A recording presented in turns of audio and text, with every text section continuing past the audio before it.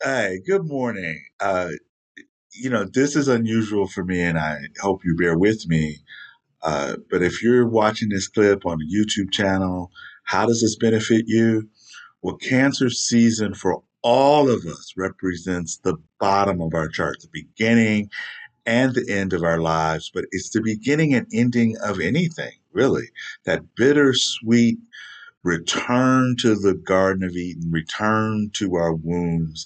And in astrology, we talk about that regarding the prenatal eclipse, which I wasn't necessarily so much into those as I was into and am into the Venus star point, which is the alignment of the sun, your radiance, Venus, which is your way of maintaining warrior or lover equilibrium, yang or yin, and sometimes a beautiful transgender combination of both, and the earth. So, sun, radiance, Venus, joy, harmony, equilibrium aligned with the earth where we're living out this drama. And just a shout out to Ariel Gutman, who has Venus star rising, who is a Cancer, whose birthday is this Saturday. So happy birthday! Well, how does this apply to you and this new moon in Cancer that you see on the screen? One, since COVID, I've had more clients talk about what is my life purpose, what is my personal purpose, other than breathing and service. Hello? But the Venus star point, it does represent our personal passion point. So on June 4th, the sun, all the way, and Venus and Earth aligned, but Venus was aligned on the other side of the sun. So she was as far away as she could be an apogee, if you are an astrologer, as she could be from the Earth. So this is the lover side of Venus, the Urania side of Venus, the Venus or Aphrodite that's out there in the stars, the poetic, romantic part of it. And in Gemini, an energy or a sign that represents how we nourish ourselves with our interconnectedness. We nourish ourselves through curiosity about others. We nourish ourselves with one of those twins being constantly introspective. And we're the curiosity, the ageless mind. So imagine all of us are in this 9 month cycle until the end of March of 2025 of hyper curiosity about integrating our heads and our heart. And as Gemini is traditionally associated with the lover's card, when it's in that energy, we choose heart over head, sort of like a beautiful downward facing dog or any of those inversion poses in yoga. So, recap: lover or warrior, evening star or morning star.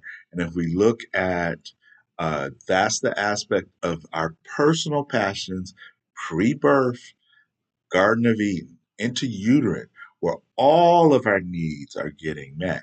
So the Venus star accentuates in an astrological shorthand in a beautiful way in which Aphrodite Venus slept with mortals and immortals or gods and probably some goddesses alike in this energy of really understanding our involution of our divinity, how we bring love and all of those cosmic virtues within us, the evening star phase, or how we embody those virtues, the warrior morning star phase.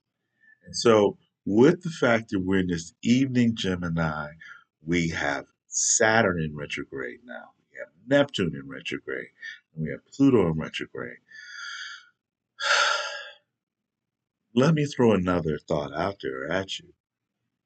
And my intention is is kind of like a cosmic surfer where I just go from or butterfly, I just go from one idea or one feeling to the next.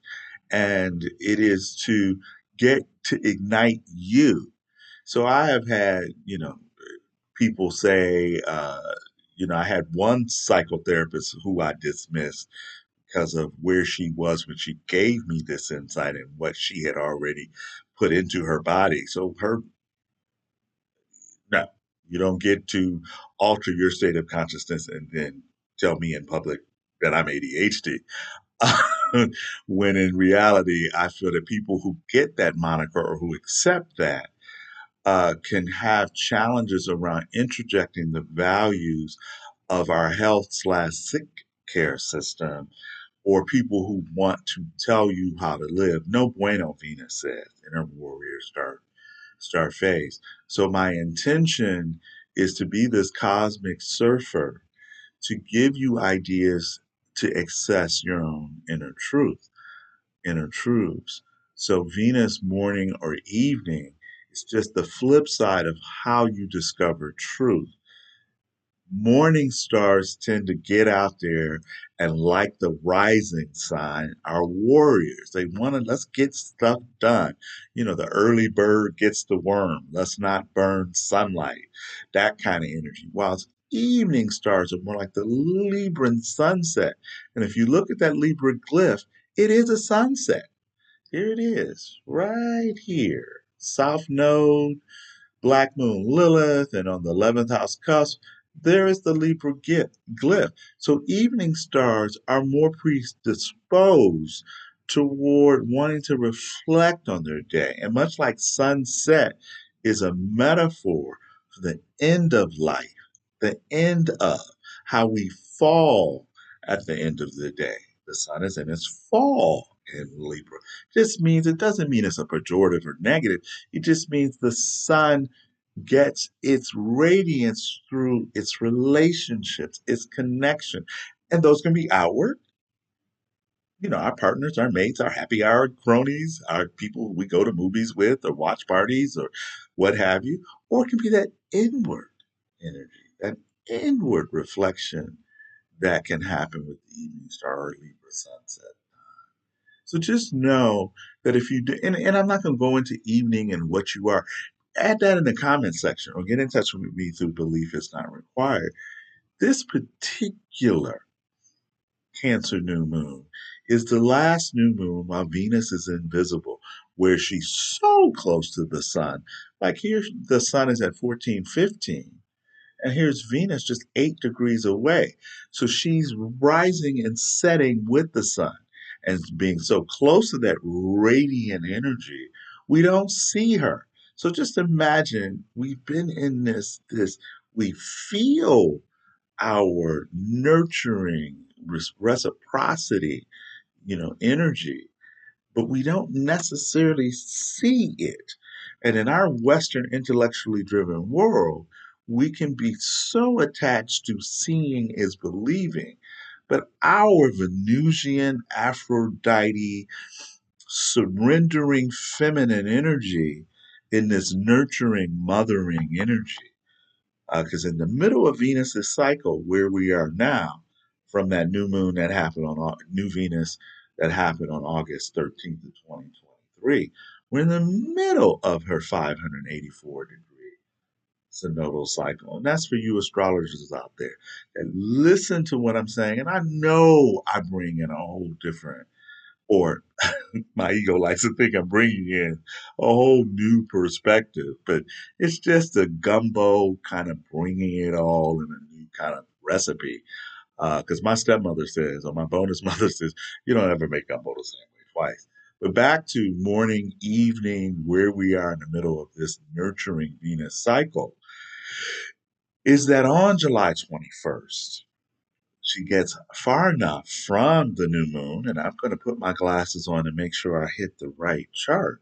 This second full moon in Capricorn represents, uh, there we go, beginner there. I like that.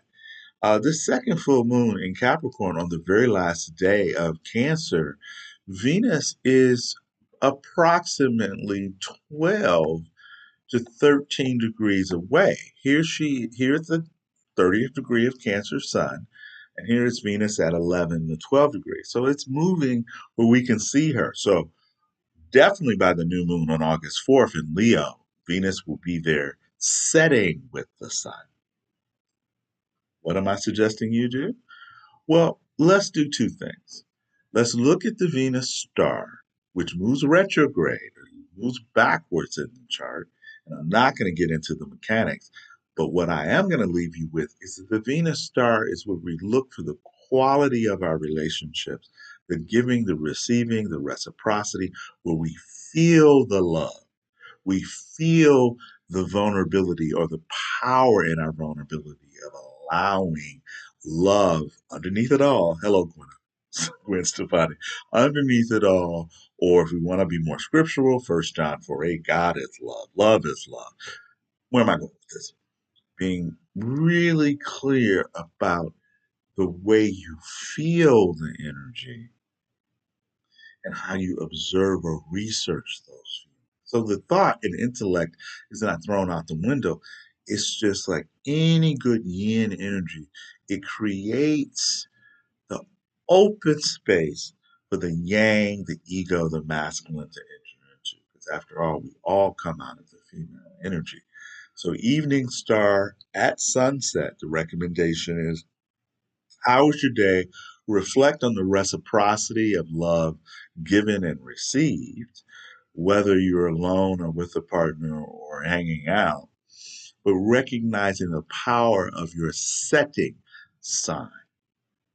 We get caught up in the rising, but we forget the setting is where we just let it all hang out. Burn the bra, take off the jock strap, whatever it may be. But we let ourselves loose. We become more open to exchange. The second thing I want you to kind of contemplate, particularly you astrologers, is that all retrogrades have a Piscean or multidimensional influence. All retrograde planets. And as we look at the evening star, the retrograde energy doesn't represent the quality, doesn't represent, excuse me, the quantity of the experience. That's masculine, not just on the belt kind of an energy, that quote unquote expansiveness that the yang energy exacerbates and exaggerates. Fish stories, anyone?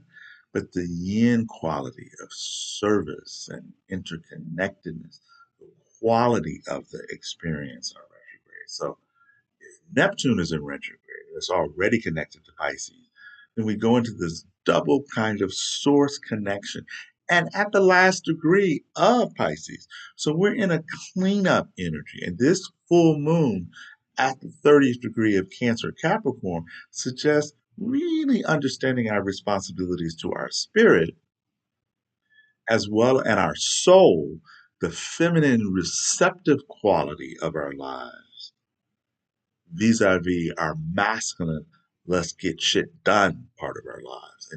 And that toxic masculinity is toxic energy, period.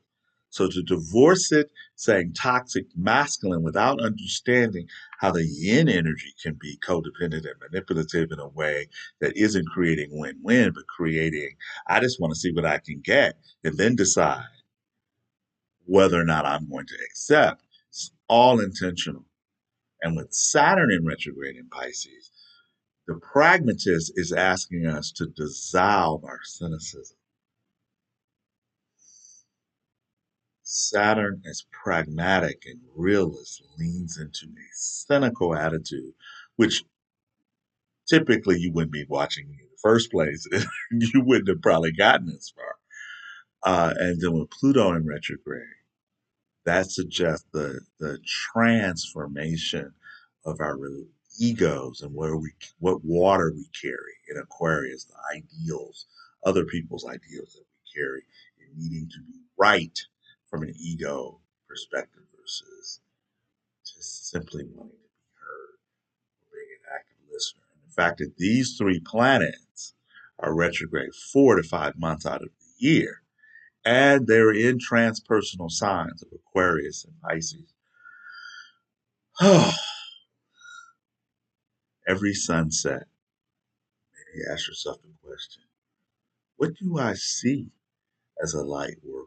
What role do I want to play as a light worker in this upcoming Aquarius, Leo age? Thank you for listening. And in the comments section, I welcome constructive feedback. And evening or morning star, are you an early bird that gets the worm, or are you looking forward to happy hour? I really appreciate having this medium, and thank you.